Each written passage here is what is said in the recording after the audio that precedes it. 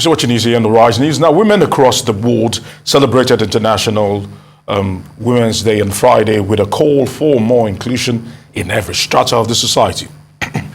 Officially recognized by the United Nations in 1977, International Women's Day is commemorated in different ways and to varying degrees in places around the world. Protests are often political and at times violent, rooted in women's efforts to improve their rights as workers.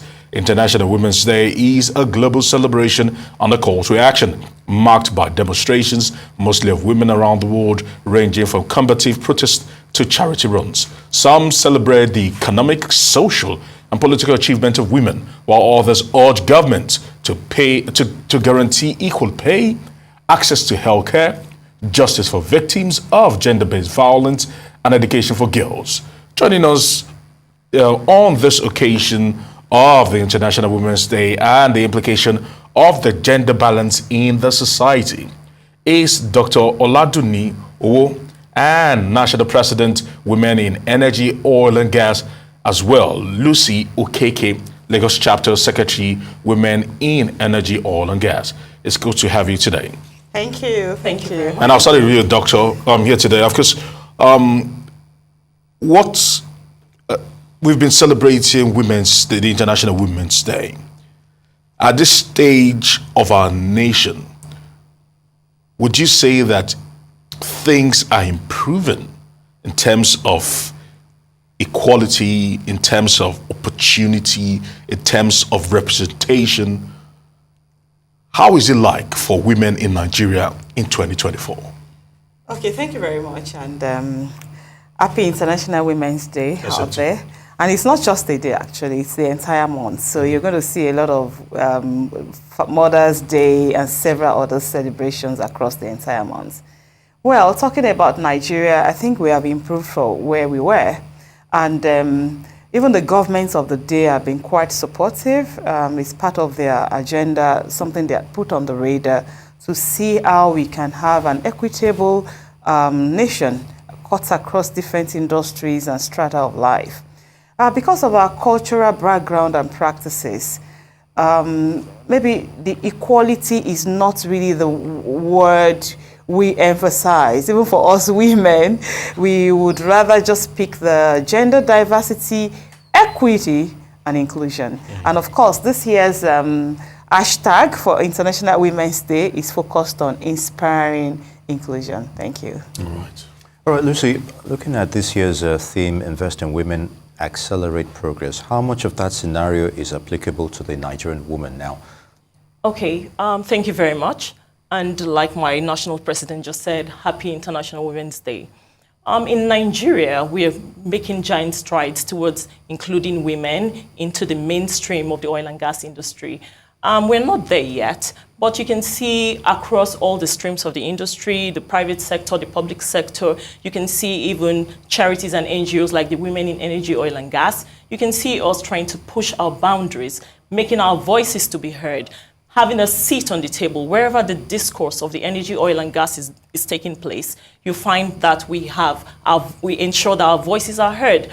So how it applies to us in the energy, oil and gas industry, we are advocating for more inclusion. We're advocating for government to provide funding, to provide resources, to give access to education to women, to give a level playing field for women to lend their voices, to progress, to be successful in their businesses, in their careers. So you see that happening. And you see as the women in energy, oil and gas, we do not sit down, we show up. We make sure that regardless of our responsibilities as women, we are there to walk our talk, to be role models, to provide mentorship for the girls in STEM, to just encourage the women to make sure that we have an inclusive government. You would agree with me that an inclusive government is a government that has more everyone giving ideas and all of that, has better solutions, better ideas. So that is why we're here today, to just lend our voices to inclusion, and not just inclusion, like you said, diversity and gender balance. Listening to you, yes, I'm really encouraged. But at the same time, permit me to, I don't know if social media is a barometer to judge the women of today, because it seems the women of your generation have a different struggle from the women in this Gen Z generation. Because when you hear them speak, when you hear them talk, you're speaking about STEM, which is supposed to be the bedrock for several things that should happen. But the women of the Gen Zs, they're no more, probably, maybe I might be wrong, if you can correct me. The struggle is very different. The perspective towards life is completely different. How do you balance it up? Or how do you level up to get everyone to sing in concerts when it comes to inclusion, when it comes to representation, when it comes to equity, like you said? I'd like to hear from both of you. Okay, so let me go first. When you talk about the Gen Zs are not waiting for you to have a seat at the table. They are very confident in what they want. They are very confident in their abilities. They're not waiting for anyone to give them a seat at the table. So what we do as WIOG is to make sure that we are role models, make sure that we have mentoring frameworks for the Gen Zs to come up on stream. And you said something about women of our generation. That is no excuse. Being a woman born in the 70s or in the 60s, as the case may be, doesn't mean that you should not be aware of using the social media. No, now where I'm going to Yes. is this, is that probably women of your generations Yes. probably have your priorities right. As against women's in the Gen Z generation that are more about give me, give me, give me, give me, give me. What can I get for myself? Not fighting for what will advance the cause of women. Because the essence of the International Women's Day is to highlight the problems that women do face in life generally, be it physical, marital, career-wise, and in every sector.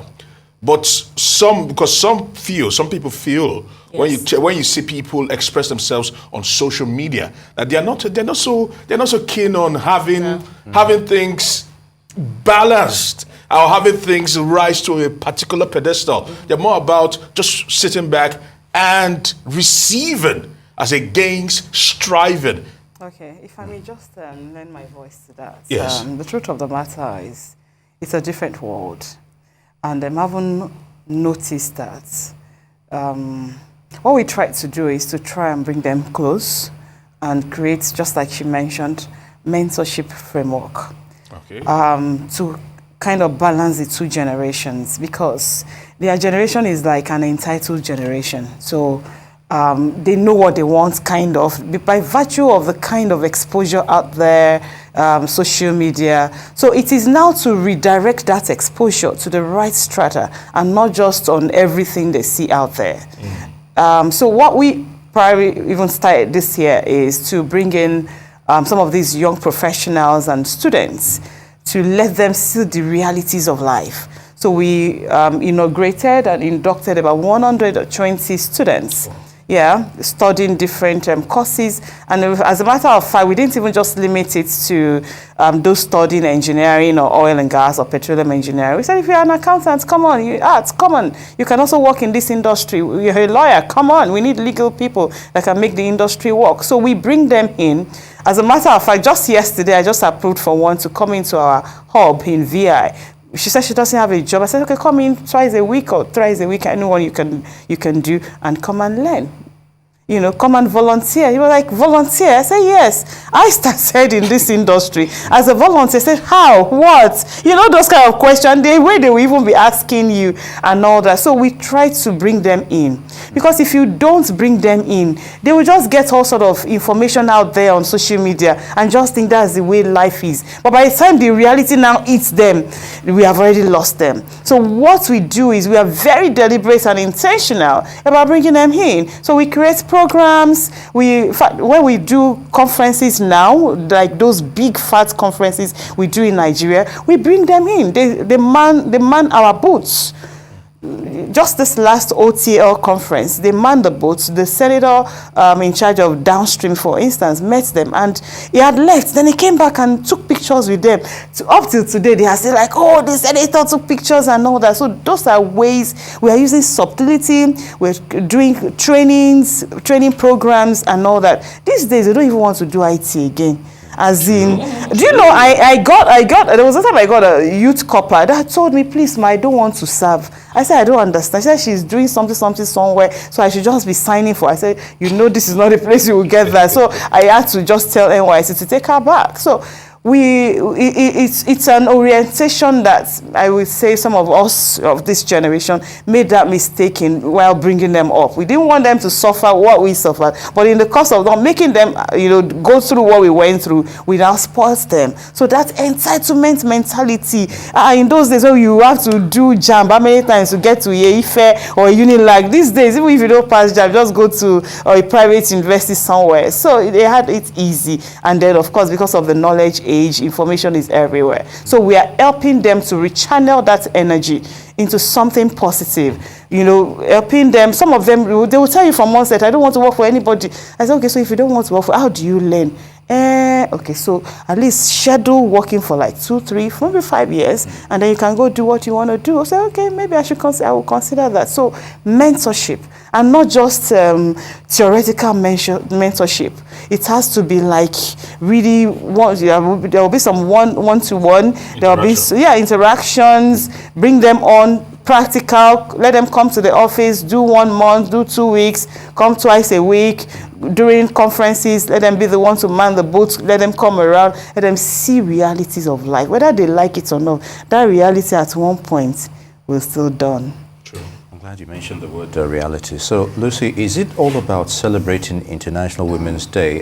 What should come next in according women their dues regarding all of this? Okay, so I'd like to talk about this from different perspectives. Incidentally, I was a speaker at an event yesterday, and I charged the women in this oil and gas company to be aware of their responsibilities. So we're looking at it from different perspectives. As a woman, you have to know your personal responsibilities. You have to be self-aware, you have to be self-motivated, you have to have a mentor, a coach. You have to be intentional about all of this.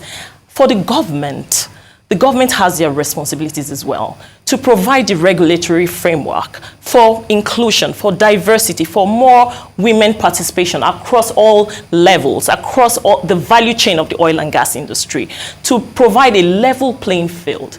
For instance, the government also has a role to play in the private sector to demand for their gender and diversity data, for the transparency information. So the government has a role to play. The individuals also have a role to play as women.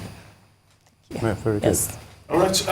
As we try to wrap up this discussion, this whole movement and this struggle cannot be complete without men. Do you think these days men have understood the role of women and how important womanhood and the role they play in the evolution of society is dawning on them? How would you assess men in the 21st century or in 2024? Because men, I know, need to assist women. Because when we talk about women in business, some women had to actually say that there were men that stood their grounds and insisted that women must get equity, must get inclusion, must get a seat on the table, and these men are the ones that help engineer and strengthen the arms of the women that have brought them this far. Talk to us about the men in the 21st century. All right, thank you very much, and that's a very important point actually, because no matter, there's that saying that no matter how much or how many rags, how many new clothes you have, somebody has the rags. So I'll use my industry, that's the energy, oil and gas industry, as a case study, which is traditionally known to be a male-dominated industry. True. And then what we see is, do you know, sometimes some men even ask, do we even have women engineers in this nation? But we have very few. They are beginning to come up, I must say that. We call them the E for She's. They are there to encourage. They are there to give you ideas. They are there to support. We also have the group that once they see that you're coming together, they are there to scatter you. That, these women, they've started. You know, they want to scatter you. They don't want you to actually achieve that which you had set to achieve. And then we also have the ones that are just neutral. They're just looking. But what we do in WeOrg is to find a way to identify those few he for she's with the right skill and leadership skill, most importantly, that we can lean on. So, for instance, on our advisory board, we have some industry veterans that we go to every now and then to advise us on what to do. Some of them are our spokespersons, some of them are even our lobbyists, even to governments, you know, and they've been pretty supportive. And we've even graduated their name from E for She's to Energy Heroes, you know, and I believe more can join them. What we have also done is to let the men know that we are not competing with them. We have only come to help. The men had been in the oil and gas industry for 60 years since oil was first discovered in Oloibiri. And up till now, Nigeria is still struggling. Up till now, we still don't have enough. Up till now, we are 7th largest gas reserve in the world, and there is so much poverty in the land. So we have come to say we want to be your helpmates. So with that kind of openness, we get more, okay, maybe we can see how we can help you get into this industry. And we see men beginning to understand that we are not coming to take their position as the head. You remain the head. We are the neck. We are not necessarily hammering on the equality, but at least let there be gender diversity, let there be equity, and let there be inclusion. Indeed. So can I also say something? Briefly, please. Okay, briefly. yes, Okay. please. Briefly. Okay, so as well as, in addition to what my national president has said, I think when we all understand the uniqueness of our gender, we will not have the issues we're talking about today. So as women, we need to understand the uniqueness of our genders, our innate strength, our ability, the ability for us to think on our feet, the ability for us to multitask, the innate ability, divine ability given to us by God to nurture. When we know we have those strengths in us, and yes, then we'll have more, we'll be able to do more in the oil and gas industry and the nation as a whole. Indeed, on that final note, Yes. Dr. Oladunni Owo, National President, Women in Energy, Oil and Gas, and of course, Lucy Okeke, the Lagos Chapter Secretary. I'd like to thank you both for coming on this occasion. It's good to have you with us.